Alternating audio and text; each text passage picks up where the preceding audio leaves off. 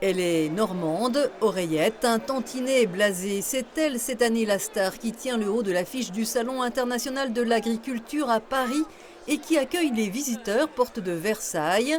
La ferme France, vitrine du savoir-faire agricole national, tient salon jusqu'au 3 mars et verra plus de 600 000 visiteurs. Et les Vosges y sont bien représentés, non loin de l'égérie. Les vaches de la race vosgienne, descendues du massif à la capitale, ne laissent pas indifférents. Je disais avec ma nièce qu'elles sont quand même super jolies. Et le fait d'avoir mis des petites fleurs comme ça, c'est quand même très très chouette. Donc voilà, c'est encore une race qui est au top. Et alors, elles sont tachetées de blanc, un peu comme de la neige, je les trouve magnifiques. Avec ce pelage marron-noir, elles sont superbes. La Grande Halle regroupe les plus beaux spécimens ovins, bovins et autres caprins des régions françaises, comme ces Gasconnes des Pyrénées ou ces taureaux de la race Salers, qui dépassent largement la tonne de muscles et qui se laissent admirer tout comme ces deux Vosgiennes pas du tout impressionnées, Rustique et Nénette, qui ont quitté leur étable à Décimon, une première à Paris pour ces deux vaches. Elles ont des gratouilles, elles lèchent les visiteurs. Non, elles aiment bien visiblement. Les éleveurs viennent aussi au salon pour décrocher au concours général agricole une médaille qui valorisera leur exploitation. Et cette année, ce sera après 4 ans pour une race dite de massif, le retour de la compétition ce vendredi pour la Vosgienne. Et c'est pour leur Girly, une vache de la ferme de l'Envers du Gravier à Saulxures-sur-Moselotte, qui détient le titre de championne de la race et qui va remettre sa couronne en jeu. Et après, forcément, il y a des retombées quand on va ici au salon à Paris. Parce que, étant donné qu'on fait de la vente de fromage sur notre ferme, c'est intéressant. Également pour après notre ferme auberge pour la saison estivale. Ouais. Le Salon de l'agriculture de Paris, c'est aussi la présentation de la richesse des terroirs. C'est au cœur du pavillon 3, que l'on appelle le palais des délices régionaux, que les producteurs du département ont trouvé une place de choix.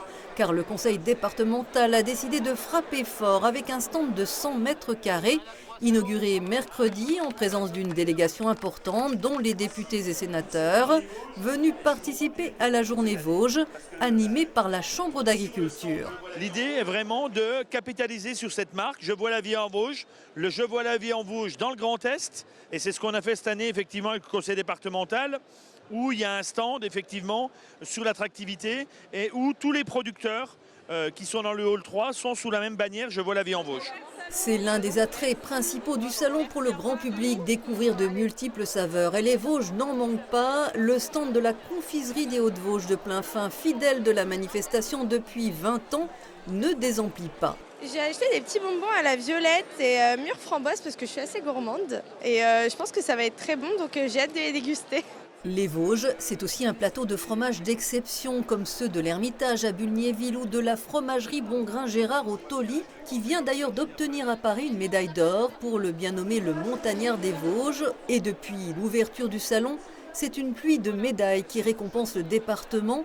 La charcuterie Pierrat du Tauly se voit auréolée d'une précieuse feuille d'argent pour ses saucisses de Francfort, retombées assurées. Les produits, quels qu'ils soient, qui sont médaillés au concours général agricole, fatalement, les consommateurs, c'est quelque chose qu'ils connaissent, qu'ils reconnaissent. Et donc, ça apporte un plus, évidemment, qui est indéniable au niveau des ventes des produits. Les Vosges, qui déclinent leur savoir-faire dans une large gamme. On citera également les liqueurs aux plantes et fruits des vergers des Avolets de Rue-sur-Moselle. Sapin Mirabelle, c'est très bon. Ouais. Et ça se fait de boire. Ça change des autres boissons qu'on peut avoir et franchement, c'est très bon. Sans oublier les glaces vachement givrées de Lironcourt. Paris est un tremplin formidable pour les petits producteurs et certains se relaient dans l'espace dégustation de l'épicerie partagée du département.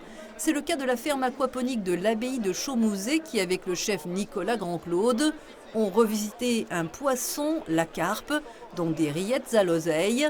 C'est aussi cela les nouvelles saveurs vosgiennes. Les 2 autres fois, on était là pour présenter notre activité d'aquaponie. Et là, cette année, on veut faire goûter aussi nos produits. En plus, il y a une belle association derrière. C'est 100% local. Et puis d'amener ça sur la capitale, c'est une fierté, quoi. La rillette de carpe fumée et l'autre, elle est à l'oseille. Bon, moi, je préfère la fumée. C'est une histoire de goût. Plus de 600 produits agricoles, artisanaux ou issus de l'industrie agroalimentaire portent aujourd'hui la marque Je vois la vie en Vosges terroir. Alors pour le département, soutenir l'agriculture est essentiel. Beaucoup de départements ne soutiennent plus l'agriculture ou ne soutiennent plus l'économie. On s'inscrit dans la démarche de développement durable, c'est-à-dire les circuits courts, tout en sachant qu'on a une spécificité dans les Vosges. On a une agriculture de montagne et une agriculture de plaine. Et l'agriculture de la plaine, ce sont notamment des élevages de chevaux ardennais primés qui se sont fait remarquer du président de la République en personne. Et si l'ambiance est festive, le salon de l'agriculture est aussi cette année marqué par la crise agricole, un salon très politique à l'approche des élections européennes, où les ténors des partis se pressent. Mercredi, c'était au tour de Marine Le Pen d'affoler les médias. Cela peut-il calmer la colère du monde paysan? De tous ces sujets, il sera question lors d'un second reportage dans notre édition de vendredi.